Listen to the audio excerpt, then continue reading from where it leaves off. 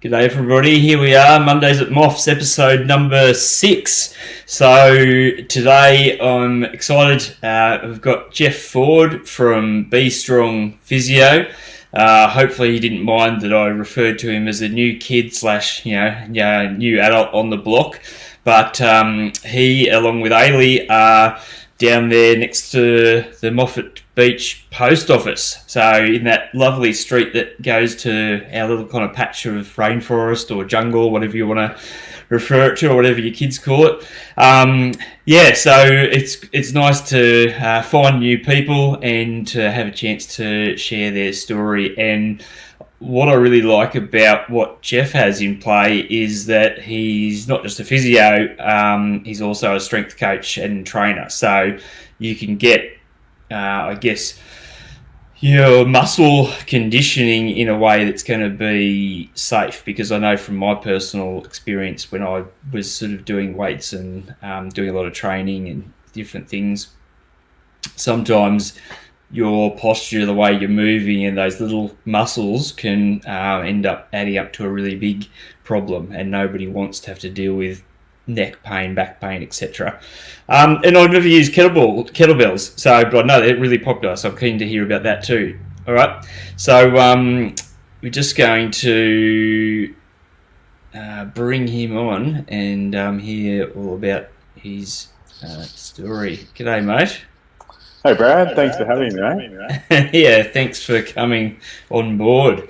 So, mate, just forgive me because I was referring to you as a new kid in town, but you've probably been here a lot longer than I have. I've only been here a couple of years now. So, how long have you guys been living in the area? We've been living on the coast for a few years. Yep. I'm getting a little bit of an echo. Are you? Is it right if I take these off? Yeah. Have you got audio coming out of your computer as well? Do you? Yeah. Or have you got YouTube or anything like that open? I don't know, but I can just hear my own voice. Huh, okay, strange. Take the headphones off. That should be all right. Are you picking me up all right now? Yeah. Did you take them out? So they're unplugged altogether now, are they? Yeah, all right, no drama. Yeah, so, how long have you been on the coast? Yeah, so we've been on the coast for a few years, probably similar time to you, to be honest. Moved approaching 4 years ago, and we currently live in just down the road. Yes. Nice. Yeah, we were just over at the lake yesterday, actually, having a bit of a barbie, and I wanted to get a decent paddleboard session in, but I knew it probably wasn't going to happen. What ended up happening was a number of the kids all tried to hop on with me at the same time, and I didn't have my wetsuit, and I could tell you once we end up in the water, it was a bit cool. Bit cool for my old body. And my little guy started to freeze, like he was sitting there. It's so nice all along the coast. So what prompted you to pick that spot there then in over here at Moffat? At Moffs, it was pretty serendipitous, really. I was looking around for a good spot. Ultimately, I wanted to go through the physical training side as well as the physiotherapy side of things. So I was looking for a good space for it. And this was by far the best one that came along, and it just happened that it was 5 minutes up the road from home. It just all fell into place beautifully. It's such a great spot in terms of foot traffic going past here, the post office, and it's got a really good feel to it. And then just having all the other 40 businesses around, couldn't be happier, really. Nice.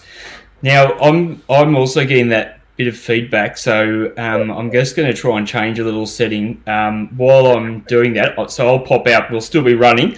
But if you can maybe tell everybody a bit about, I guess, who you are and what you're doing currently, and then I always like to do that up front to get some context, and then we'll kind of go dig into the backstory. But don't fear, like I'm not leaving you alone. I will be back in just a second.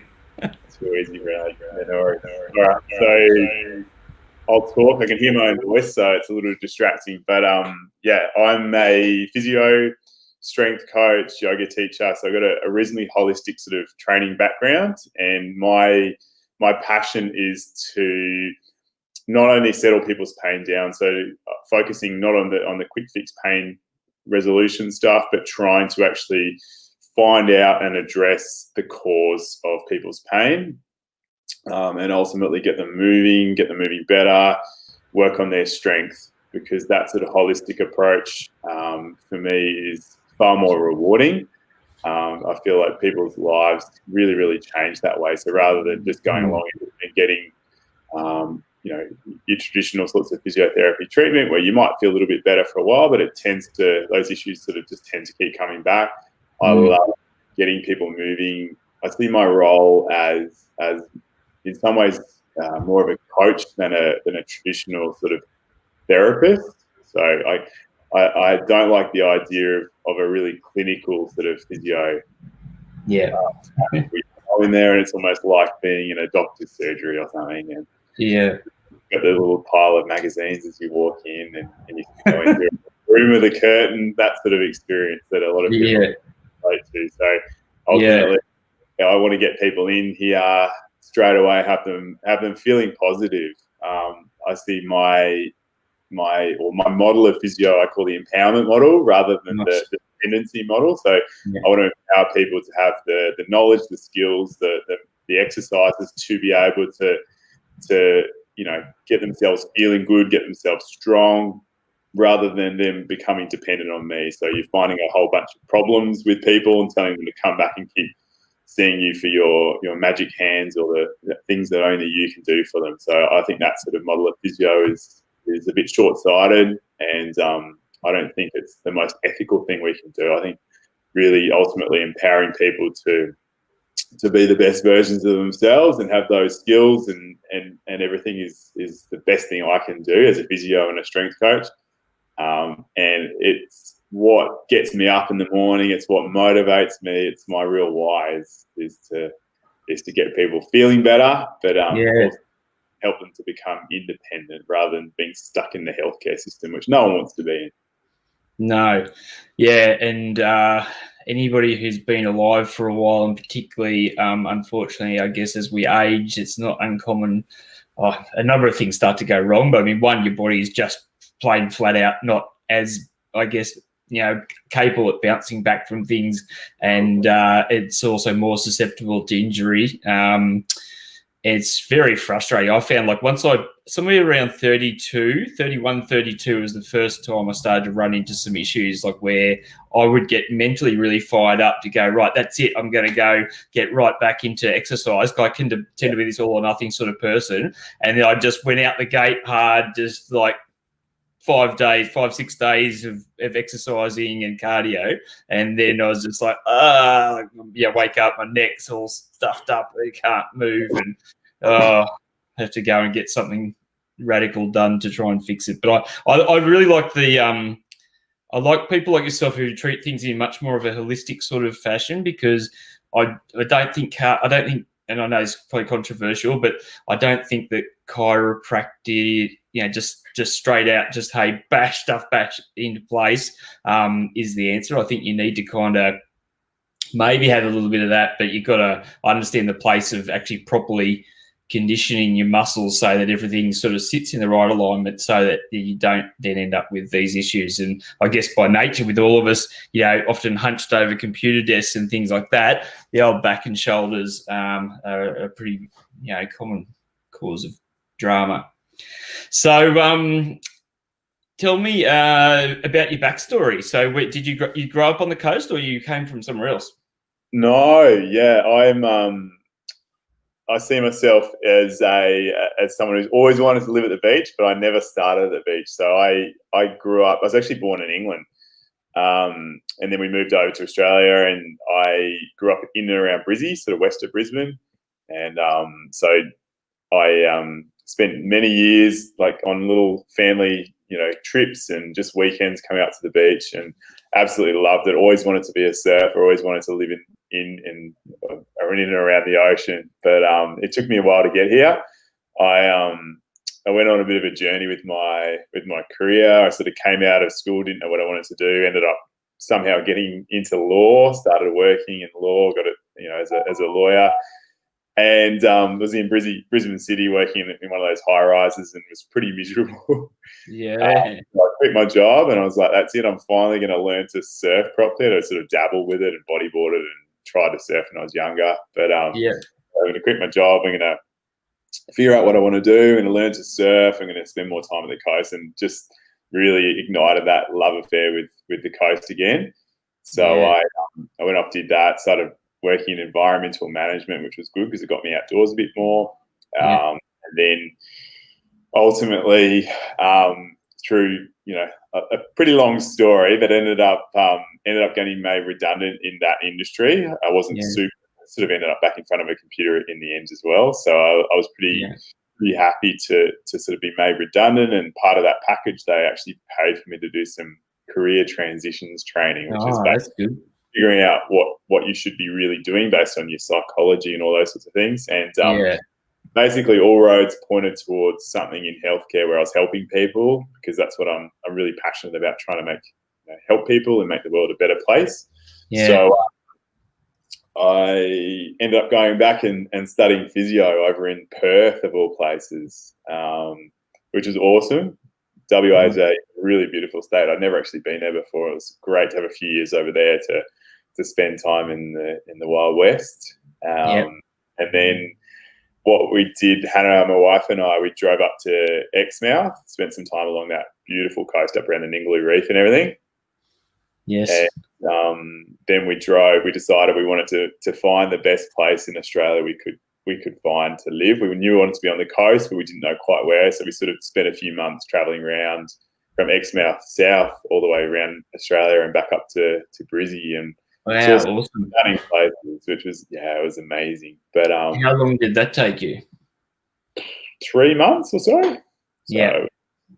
I mean, you could easily spend longer than that. It's pretty hard to spend shorter than that. I mean, you can obviously do it, but just so many incredible spots. And we really didn't see much of the south coast of New South Wales, to be honest. We sort of cut through from Victoria up towards Sydney way, so really missed a huge chunk. But the short of it was that we got back to Brisbane and we're like, some awesome spots, but we hadn't really found that dream spot yet. And we should go back up and check out the sunny coast again. And came up and I thought, that's it. We got to move to the sunny coast. It's just it's such a beautiful spot. It's amazing. Yeah, I've done a similar sort of thing, not with the travel all the way around Australia, but I've seen quite a lot of it. Just say good day to a friend Lemonade. It's the reason I'm laughing is that she was going by a different handle. Now she's changed to Lemonade, and she's got a little lemon pro symbol going. So that's good. She's actually over in the northern hemisphere somewhere, as things are starting to get colder there. I probably shouldn't rub it in too much. I grew up in different parts of New South Wales, like ranging from little small teeny 3, 4, 5 house sort of towns, and then ended up living at Bellingen down near Coffs Harbour, which is sort of the north coast of New South Wales. Also a really beautiful area. Like you've got rainforest sort of half an hour from the beach and rivers, and we did a lot of water skiing and wakeboarding and stuff. So I was pretty lucky from that regard. I don't think I'd even been to the Sunshine Coast at that stage. I think I'd been to the Gold Coast a couple of times, and Gold Coast, particularly Surfers Paradise, is just a whole different thing altogether to up here. And then we moved to Brisbane about 20 odd years ago, and we were there for ages, and we used to always come up here for maybe a day trip or an overnighter, or sometimes we'd stay for a week during Christmas or something, and just loved it up here. Thought it was probably a pipe dream to live here. And then I don't know, something just clicked to me one day. I was just like, what, stuff that, let's just do it. And so I had an opportunity with the job I was doing at the time to work from home. So I was like, well, just come up here. And and it's been a bit of a crazy journey from there, because I then went into video production for the last 18 months. And then now, since COVID, I've been working really hard to set up this social enterprise, Flicks for Good. So it's just a channel at the moment, but ultimately I want to set up a streaming service that will allow people to, raise money and awareness for different causes whilst watching TV, which I think would be the ultimate. So it's I mean that's a big testimony to like the quality of the Sunshine Coast. If someone like yourself has done such a big journey, you know, and you've seen so many different places, then decided to come here. And tell me, do you still have your van? Was it a van, caravan? How were you achieving this pilgrimage? No, we had just an old Subaru Forester, the old trusty Forester that had years, and we ended up getting a rooftop tent, putting that on the roof, and so we went around with that on the roof the whole time, and we ended up having our first little boy Jasper a couple of years ago, and we thought, look, you know, the dream of rooftop tenting is probably over for a while, mate. So we ended up selling the car with a tent on it to a couple of backpackers. So that car's probably still having a great time traveling around while we're stuck at home with the kids. But worse places to be stuck, that's for sure. Yeah, definitely. Yeah, I can imagine.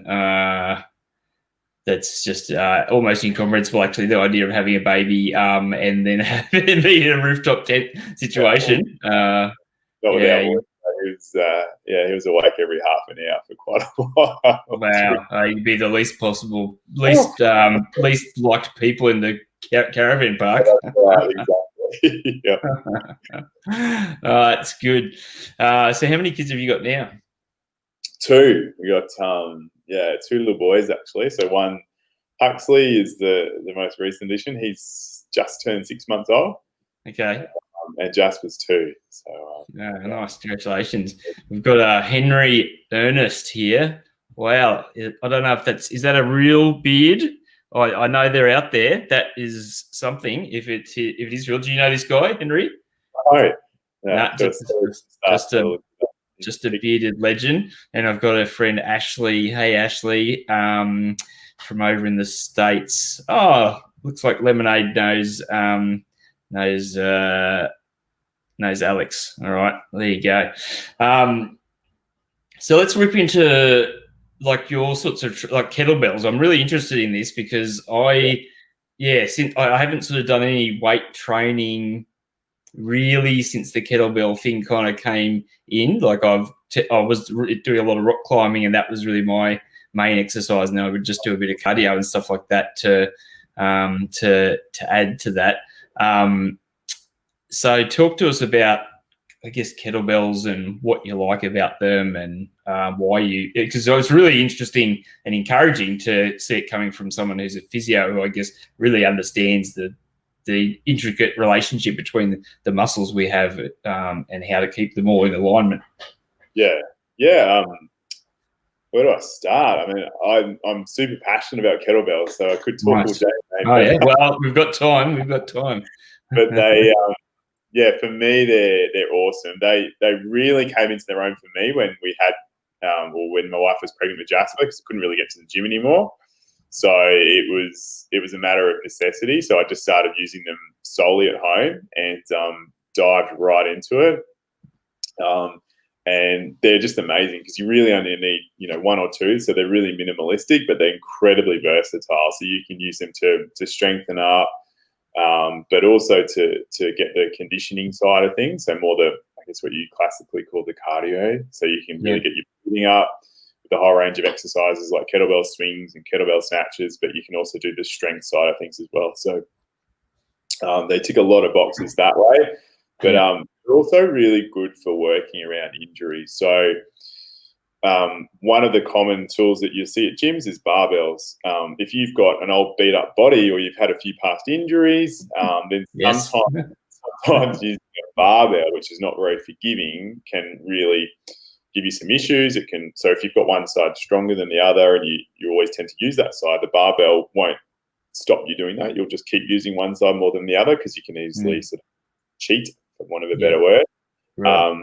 Whereas kettlebells are great for working around injuries, but also trying to make both sides reasonably even. So, for instance, if you've got a shoulder that's a bit weaker, making sure you're just doing single-sided exercises will help to build up the weaker side to where the stronger side is, or you can start to work around injuries by moving them in different ways, whereas barbells in general are a little bit less forgiving that way. I still use barbells to train, but for me, I think kettlebells are what I'm really passionate about. They're also, this is going to be really nerdy, but I find let's go. Let's nerd it out. Nerd it out. I find them really enjoyable to use. So there's a lot of skill to using them properly. So I started out picking them up in the gym, like probably what most people do, and swinging them and go, oh, this doesn't feel too good on my back, and I don't really like these things. They're a bit awkward. But once you delve into actually learning to use them properly, there's a lot of skill involved, and as such, like it's really fun to actually learn how to use them well, and then almost like you're continuing to try and improve your technique with them and trying to make them feel like if you're doing them really well, they should almost feel quite easy. So as an example, when you snap the kettlebell overhead, you're powering it up with your hips, so your glutes and your hamstrings, and it should just pop up overhead quite easily. Whereas if you're having to muscle it up really hard, it means your technique's not that good. So if you start to work on that technique, and I call it a practice of a skill. And as a byproduct, as a side effect, you start to get strong and fit. But you're not just going to do a workout for the sake of doing a workout. You actually think, oh, I'm excited to go and practice my kettlebells today. Yeah. So it has is that largely the satisfaction of the feeling of when you get it right? It has a kind of bit of an intrinsic kind of sensation of like, okay, that was a good movement. Yeah, I guess so. And it's just it's hard to know, to pinpoint the exact reason that I find them enjoyable, but there is just something really rewarding about actually. It's almost like you're just mucking around with a toy rather than actually going and thinking, I've got to sit down on this machine and do this many reps, and it's a bit boring and arduous. But actually practicing the skills of kettlebells, and they're just, I guess, because they're swinging around and they're moving, they're dynamic as well. So there's just something really enjoyable about that process. Obviously, not everyone enjoys it, but I think most people who learn to use them well, it's a really enjoyable tool, as well as the benefits of being versatile and minimalistic and stuff. So, I mean, as an example, we went up to Sunshine Beach a couple of weekends ago with family, and I just chucked one in the car, and then I was able to, go out and do a bit of a workout. Or we go camping, I'll try and throw in a kettlebell somewhere, and literally just one kettlebell, and that way you can go out, and even if it's more, you're doing it for the mental reasons, like you go and have a break from being with the family or helping out with the kids. If you've just got 20 minutes, think I'm just going to go and do a little bit of exercise, then it gives you that little bit of a mental break. But it's the benefits of having that kettlebell is that you can always just take it with you. So go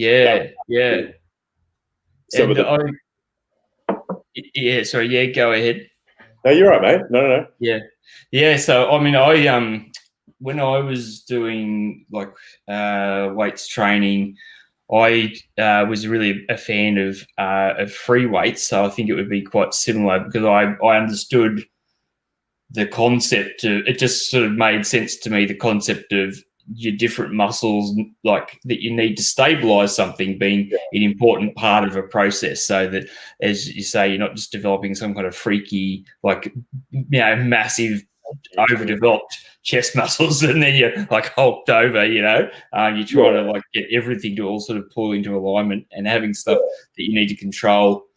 I was intrigued as just the way that they're designed, like whether it does it put any sort of weird tension onto your wrists at all?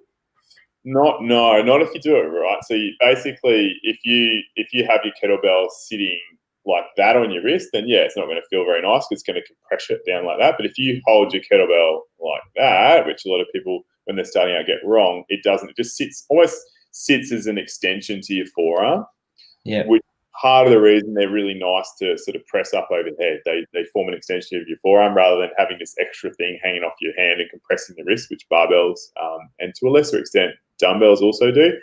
And there's just something about the design with the weight being down here. It actually is really good for your shoulders as well. So doing overhead pressing with a kettlebell tends to be really kind on people's shoulders, whereas other tools sometimes are not so much. Yeah. So the design is very unique, but also really functional. So functional is probably an overused term in fitness, but they are. When you think of things applying to real life, lots of things with weights have got handles on them, and that's ultimately what a kettlebell is. It's just a weight with a handle on it. So it replicates, suitcases, shopping bags, all those sorts of things. Whenever you pick things up, it's normally got a handle, so it carries over nicely. and it really allows you to move your body in some nice ways. So one of my favorite movements is called a Turkish get up, where you're basically laying down on the ground with a weight, you're rolling and you're moving and maneuvering yourself so that you end up standing with the kettlebell up overhead. And that movement, you go through lots of different planes of movement. It's really good for your shoulders and your hips, and tying your shoulders to your hips, and has a lot of carryover to lots of other activities. I love it for surfing. It's also really good for just maintaining good movements as you get older. It allows you to spring up off the ground. So if you're struggling up off the ground, doing something, training with a weight to get up off the ground makes getting off the ground so much easier in comparison. So okay, I think you've gone part way to selling me on that one, because I've got to say something I've just noticed within myself, and I'm just at the point where I'm more happy just to shame myself for other people's entertainment than to keep it all hidden away. So something I noticed a little while ago was that pretty much whenever I would get up, I'd make like some sort of grunty kind of noise, like the dad grunt. But what was the most disturbing is that it was basically the same noise that my dad made. So must have tucked, that exact kind of sound was tucked away inside my brain until I needed it when I get older. And then you're just like, oh my God, yeah, I'm really tuning into my dad. I do the same thing every now and again. I'm like, oh, why am I making all these stupid noises? Oh man, I have one friend, and he's just really, it's almost like having like a staffy or something dog like around you. He's always making these weird grunty, snuffly kind of snuffly noises. Good old, yes, Jason the ferret Barrett. Just shame him too. So let's have a little look at you in action, because we've got some video here, and if I just get to the right area, yeah. So.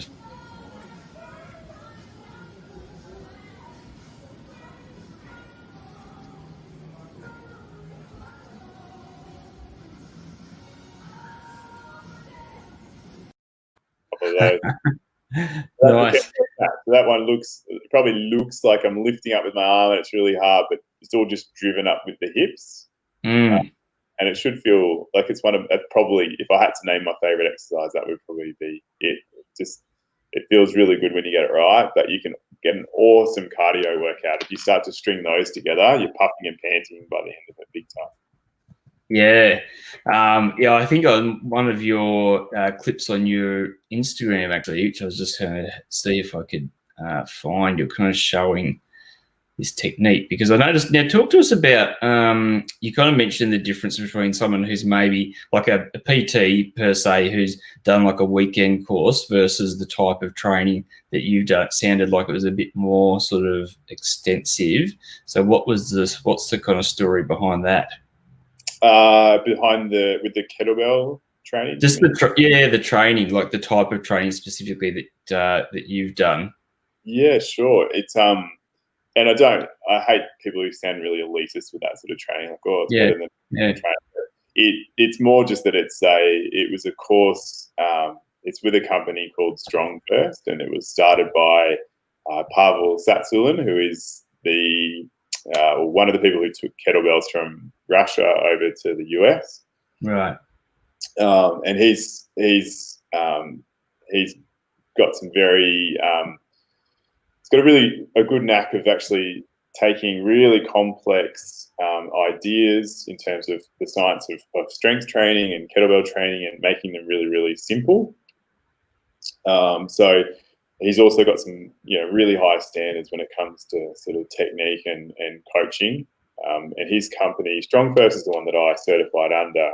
And it's not like you just turn up to a weekend and get your certificate. You've actually got to meet certain standards in terms of your technique, but also your performance. So you've got to be able to do those kettlebell snatches, that exercise you just showed up. Depending on your weight. So for most men, for instance, you've got to be able to snatch a 24 kilo kettlebell over your head with sort of perfect technique. You've got to do 100 of those in 5 minutes. So it ends up Whoa. being That sounds extreme. Yeah, it is really tough. So it's not to show that you're a super athlete, but it's to show that you're willing to commit and actually train and learn those skills properly before you're then allowed to go on and coach other people. And I think there's a lot of merit to that. So it ensures that if anyone's got that strong first certification, or there's RKC is another similar one, Russian Kettlebell Challenge, I think it is. I can't remember what the C stands for, but RKC is another good company that was originally involved with Pavel as well, the same gentleman. Right. And anyway, so the certification is more of a standard. So you can some people spend years training up for it. It took me quite a while to be able to train up for that. So it just means that you really delve down deep into learning those techniques. And then also being able to coach them. So part of the certification is, do you actually meet the standard for being able to teach effectively? So not just can you do it yourself, but can you actually teach it? So it's it's a really in-depth course. It's probably pretty niche. I think the kettlebell community, at least on the sunny coast, is very small. But I'm really hoping to spread the word, because it's an awesome little community. It's a good fun movement or exercise based activity.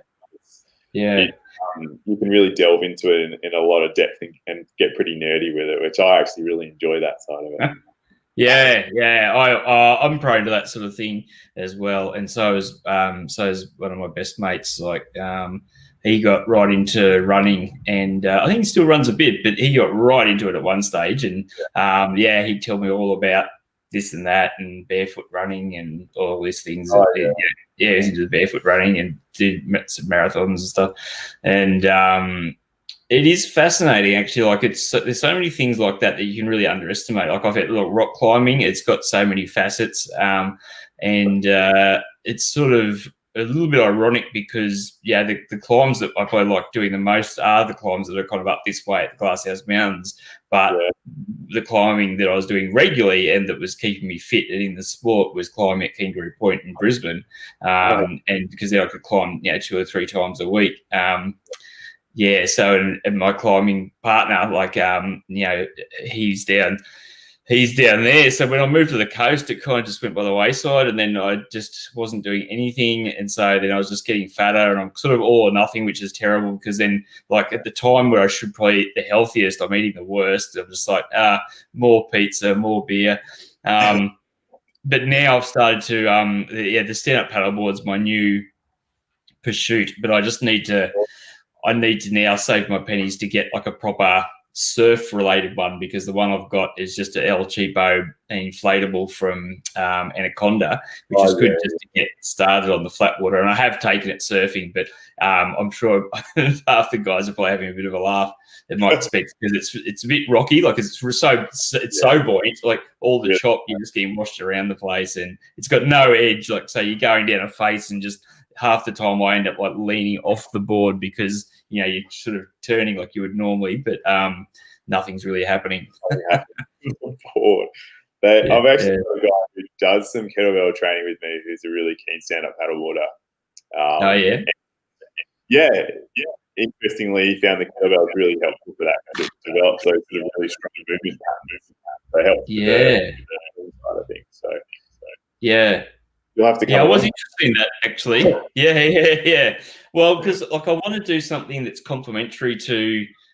So my goal, and still is, but it's sort of reliant on getting up early. The goal is just to go paddleboarding 3 times a week. And the times I have done that, I felt like I really was making progress. So I found the same sort of thing with climbing. Like if I wasn't doing more than a couple of times a week, I didn't really feel like I was progressing. And I thought, but I wanted to do something complementary in between those. So I thought, well, maybe I should be working some different muscles. I don't know. Like, what are your thoughts on that? Like, do you think that someone should do different muscles to stand-up paddleboarding, or do you think stand-up paddleboarding, because it uses so many small muscle groups, you're able to get away with doing it more, so you can do more of that instead?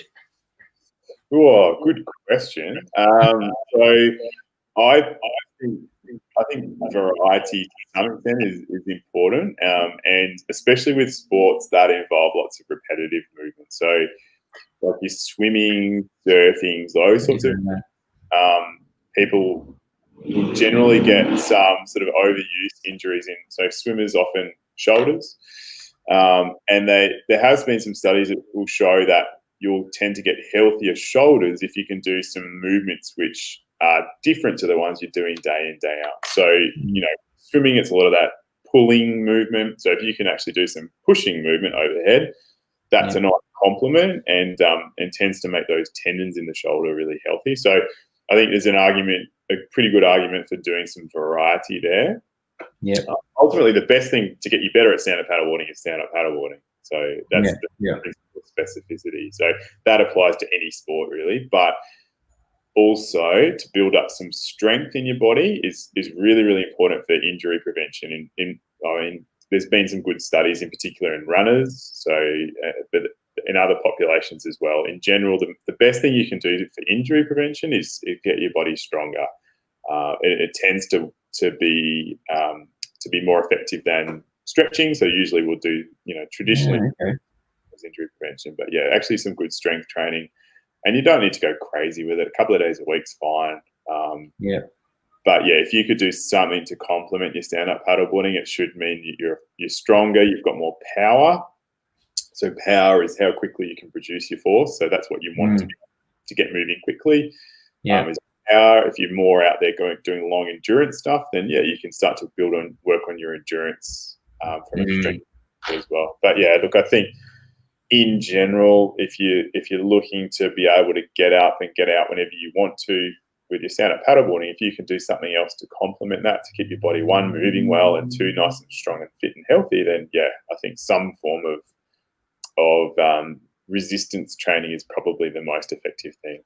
So it also has all those awesome other health benefits of like a reduced range of a whole host of chronic diseases like cancers, diabetes, osteoporosis, all those things, as well as making your bones stronger, your muscles stronger, your joints work better. It's not just, everyone sort of has in their head strength is all about big muscles, which it really isn't. It help a bit, but it actually strengthens up all of those other structures in your body. So it literally makes your bone more dense. It makes your joint surfaces more healthy. Your intervertebral discs in your back, which people get worried about with weights, actually get thicker. So they've done studies in powerlifting and found that they have like stronger, thicker intervertebral discs in their back. So it has all these awesome other benefits. So if anyone's ever on the fence about wanting to do some strength training, I would always say do it. Make sure you're good to guide you through it if you haven't done much of it. But there's so many health benefits.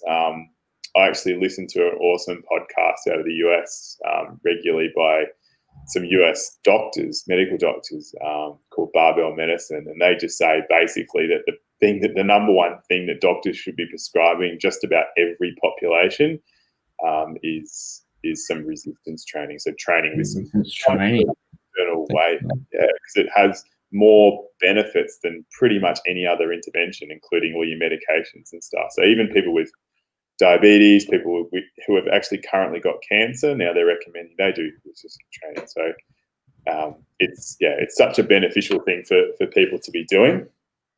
I think to answer your question in a really long-winded way, do some resistance. Well, no, it's good to know, and I think it's good you're pointing out that it's not just about getting big muscles. And interestingly, the people who are on here in the chat, I saw that Vanna turned up. G'day, Vanna. Hi. She does this whole thing.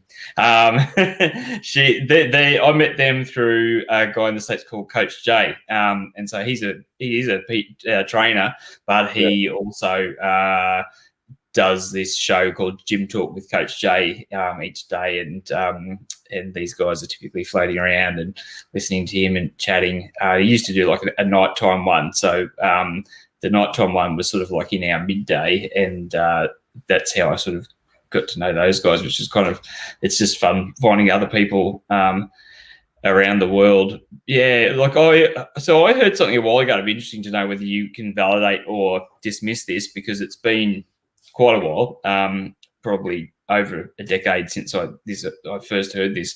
But I heard that for guys, at least, that after about the age of 28, that it starts to get harder and harder for you to build muscle and build strength.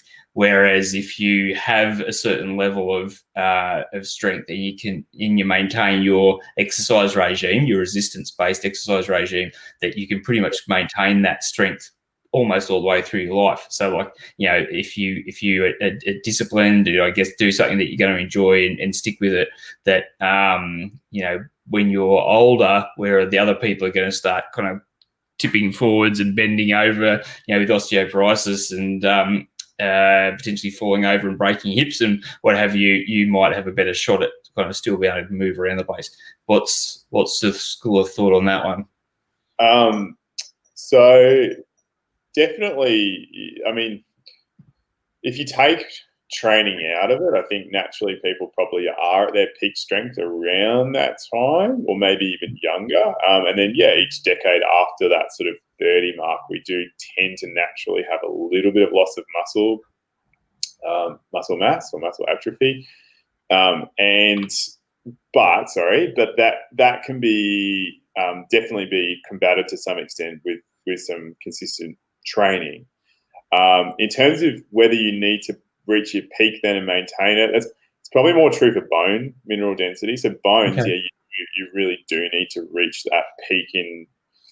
I'm not going to throw out the year because I can't remember the exact year now for men and for women, but it's reasonably young actually, and then thereafter you do naturally tend to reduce your bone mineral density. Right.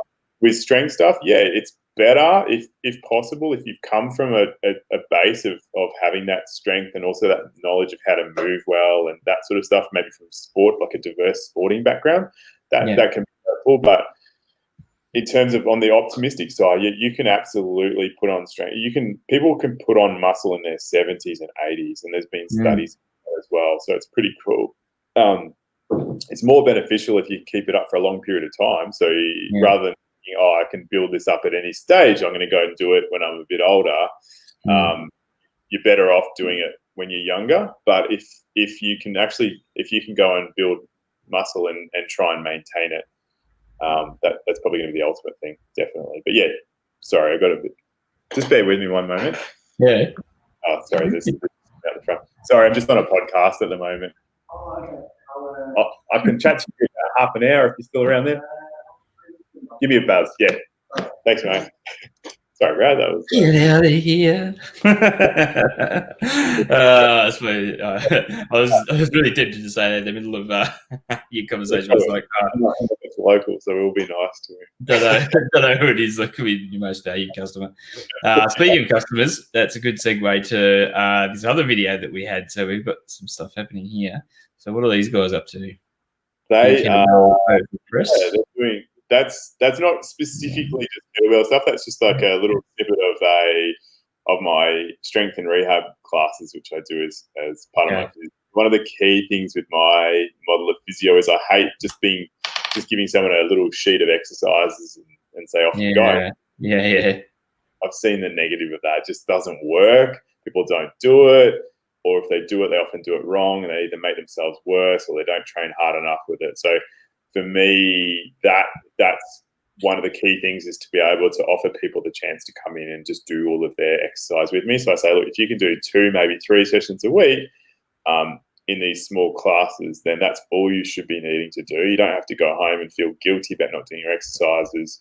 And by the end of it, people just they move better. They are definitely stronger. So those guys that you can see in the video there have been working with me recently, actually, and both of them are awesome. We have a good laugh together as well, which is great. But they're both doing so much better.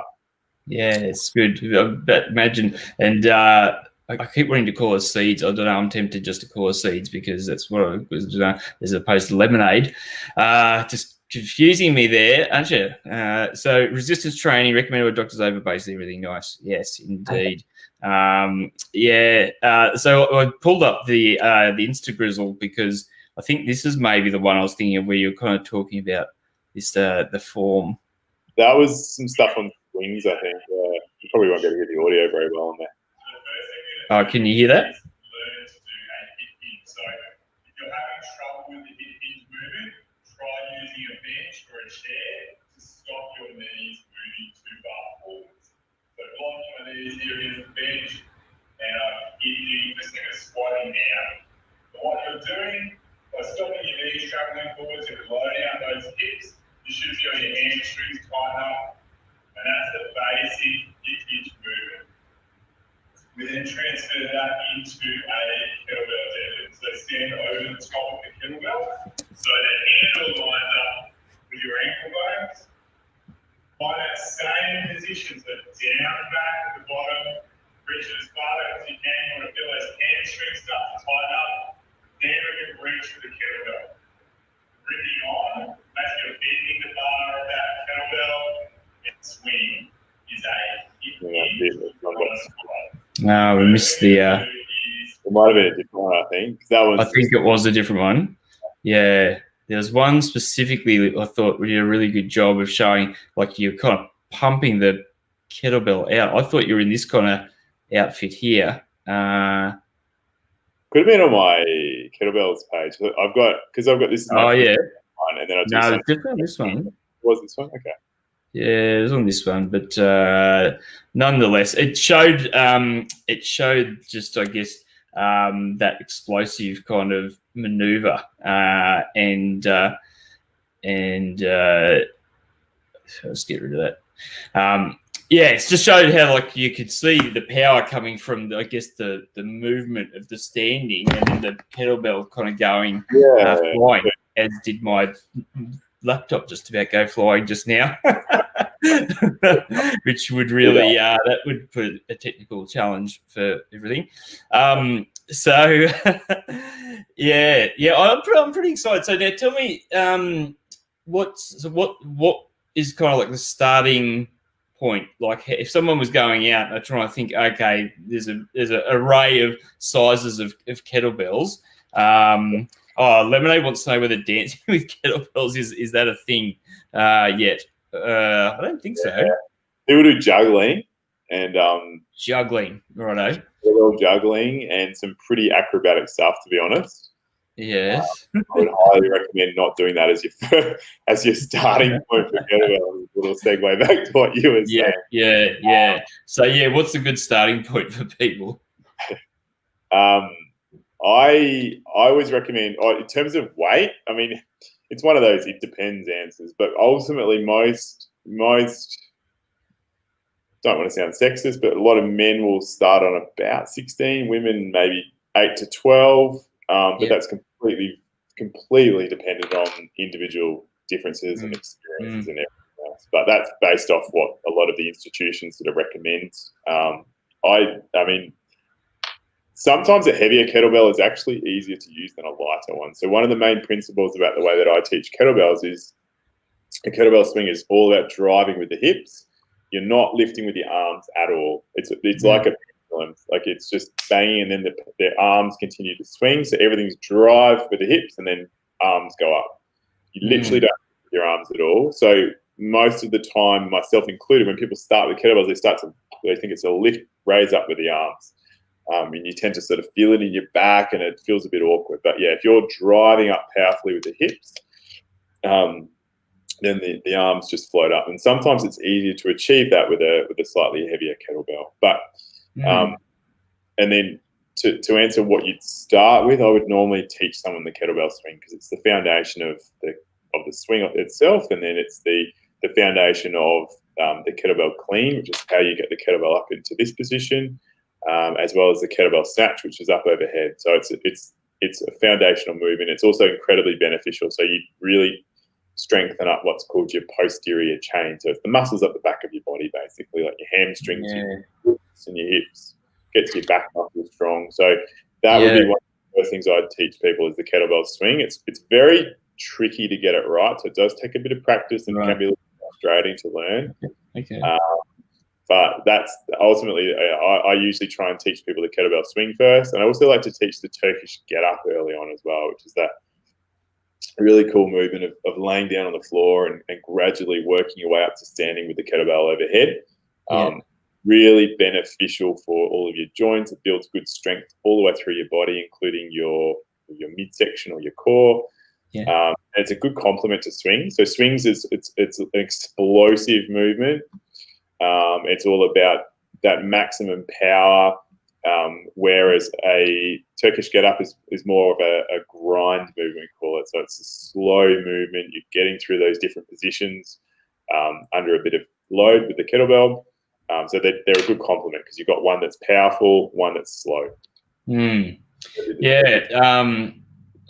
of the things I suppose I'm interested in, so I broke my back about 8 years ago, so that was rock climbing, and so I've got metal rods in my back, so I smashed my T12 and L1 vertebrae, just pretty much obliterated them and tore the side of my spinal cord. And as one of the lasting things, with that, amongst I guess a few, is that some of my muscles I don't think fire properly anymore. Like so my right leg, for example, the lower part, I think the inside calf area there, just we couldn't get it going. Like when I was doing all the rehab training in the hospital, like they even stuck the TENS machine on there and tried to zap it to life, and it just wasn't really happening. And the same I find with my back, like it just it's more the muscles kind of around my hips and lower back that I think there's some there that maybe I'm not sure if they're activating. So I think the other ones have to overcompensate. But yeah, that's something that it sounds like, if I ease my way into it, it could be beneficial for that. Because the other thing I've found is that, it's just, anyway, I just made it. I've got to think, because I've just got my, I've still got my pajama pants on, my shorts. It's a little sneak peek for Seed. She loved that. I tend to stand, so that's what I was going to do. So if I was standing just normally, I'm probably standing like that. So I see how I'm kind of like a little bit forward, like to actually stand up like straighter and like to pull the core muscles in. I've been trying to just deliberately mentally do it. But yeah, to me, it feels like there's something probably, maybe it's the glutes, like essentially around your butt muscles. What do you want to Seeds? So let's make it a thing. The kettlebell dancing or seeing more of my pajamas? Dancing in pajamas, mate. About dancing in pajamas. Oh dear. Yeah. So what are your thoughts there? Like, is it something that I can potentially overcome? Because I don't really want to be wandering around just tilted slightly forward, but I'm not thinking about it. I want to have a bit better upright posture. Yep. Yeah. Look, I don't want to sound like I'm sitting on the fence, but it really does depend. So, I mean, is your body moving forwards because it's trying to adapt to something? Is it doing it for a beneficial reason? Then sometimes you almost don't want to push it out of that position. Okay. Or is it just because it's so used to being in that position, in which case you can easily change it. Sometimes people's body naturally will sort of tell them where it wants to go. So we'll say, some people do hunch forwards a little bit because if they extend up to straight, for example, that can start to cause them some nerve issues in their back. Right. It reduces a little space where the nerves come out. So it completely depends sort of what the reason is that's happening. But you can absolutely maximize the position you are in. You really want to make sure that everything's nice and strong around your back, as well as other joints, so that it keeps it all nicely supported, and it maximizes your function. But yeah, I mean, without having specifically seen your back, I think you would probably find you definitely can.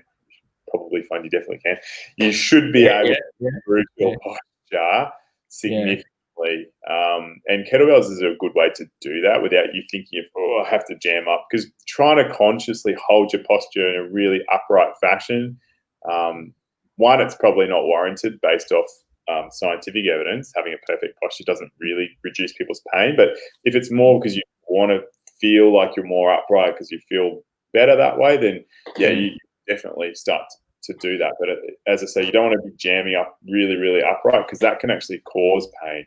It's like, for example, squeeze your fist as hard as you can and keep holding that for a good 30 seconds or a few minutes, it starts to become painful. So any muscles that are overactive all the time actually become a source of pain. So if you're trying to really stand upright for ages, then that can become pretty uncomfortable. It can actually cause you pain.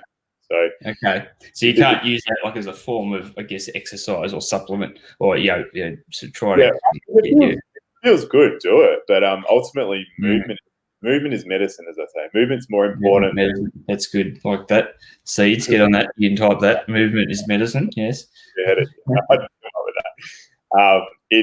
Movement is what your body should be doing more than any one position. So if you feel like it's uncomfortable for you to stand upright, then you probably your body's probably telling you that maybe telling you that for a reason. So it's a matter of trying to move and find good positions. As your body tells you, it'll be a good position because it won't be uncomfortable for you. But if I've got some long-winded answers coming out today. If you want you to hold a good position, then you can definitely strengthen it up in that position so that you're not having to feel like you've got to hold it all the time. Naturally, most people who start doing kettlebell training, if they didn't already have like good posture, then they do tend to improve their posture. And that's just through training in positions that it requires you to get into. So usually it'll be a bit more open, broad through your chest. You'll get stronger through some of those back muscles, which naturally hold you a bit more open. So it's like when you see quite a lot of, I guess, surfers, not necessarily all surfers, but quite a lot of surfers tend to be nice and strong through the back, and they'll have nice open chests. And that's just because a lot of the time they're paddling, they're extended, they're paddling, they're using those back muscles a lot. So a similar thing will tend to happen with kettlebell training. You're training in those positions, and naturally your body will tend to hold a more sort of upright posture. Nice. Now, tell us, because we're coming towards the tail end of things, and just so that people, because and by the way, typically you get more people watching the replays than with us live. I definitely appreciate you, Lemonade, for being here, and somebody else who's there. I don't know who that is, but anyway, they may or may not make themselves known. Sometimes people just kind of lurk their way in, lurk their way out again. I was gonna ask about pricing. So what does your pricing look like? Because that's always a factor, and particularly now, I think with quite a few people feeling the pinch of COVID, potentially. What are we looking at price wise for your services? I actually closed down COVID early on because, long story, but my wife had a baby and we didn't want to be sort of exposed to it, and I didn't think it was the right thing to do for the community. So anyway, we closed down. But pricing for me, so it depends what you want to do with me. Long-term training, so my kettlebell training is $38 a week. So you can come along to as many classes as you like. Physio-wise, for an initial appointment, for an hour, it's $125, and then subsequent appointments, it's $95 for that one. But I usually try and put people on a bit of a plan so they know that how long they need to see me for, when their discharge date is, based off what criteria, so that it's not, you don't feel like you're being strung along from session to session and, feel like you're trying to prop up my bank account. It's like I make it really clear what you need to do to get better, and I'm going to help guide you along that process to get better. Yeah, nice. I think that 38 per week, that's quite reasonable actually. It's less than what I was sort of anticipating. Do you do those as group training sessions? Yeah, they're group training sessions. That's something I'm trying to build up. So I had a little classes. We used to run classes on the beach down at Curramundi, actually. And then since I've moved in here, I've really been focusing on building up the physiotherapy practice just to, get that working and support the family at home, obviously. Yeah, coming into November, I'm going to start up a little beach and a little kettlebell workshop, boot camp sort of scenario. So teach people how to kettlebells and then hopefully get them involved in my little group. And it's more of a community than anything else. I ideally want people to come along, have a coffee together, train together, and enjoy each other's company. And as a side effect, we all get strong and healthy and fit and those sorts of things. Yeah. No, it sounds good. I think it's a sort of activity as well that I could see just playing out well outdoors, and I think it's something that it would intrigue people. Like it's the emotions and things going on. I think people are more likely to want to come over and sort of see what's going on. And the coast being such kind of friendly kind of place, I think most people feel comfortable to actually approach. Well, I certainly approach random strangers. Maybe I'm just the lone weird dude wandering around, just gonna chat to everyone. But I think it would get people's attention. So that's intriguing.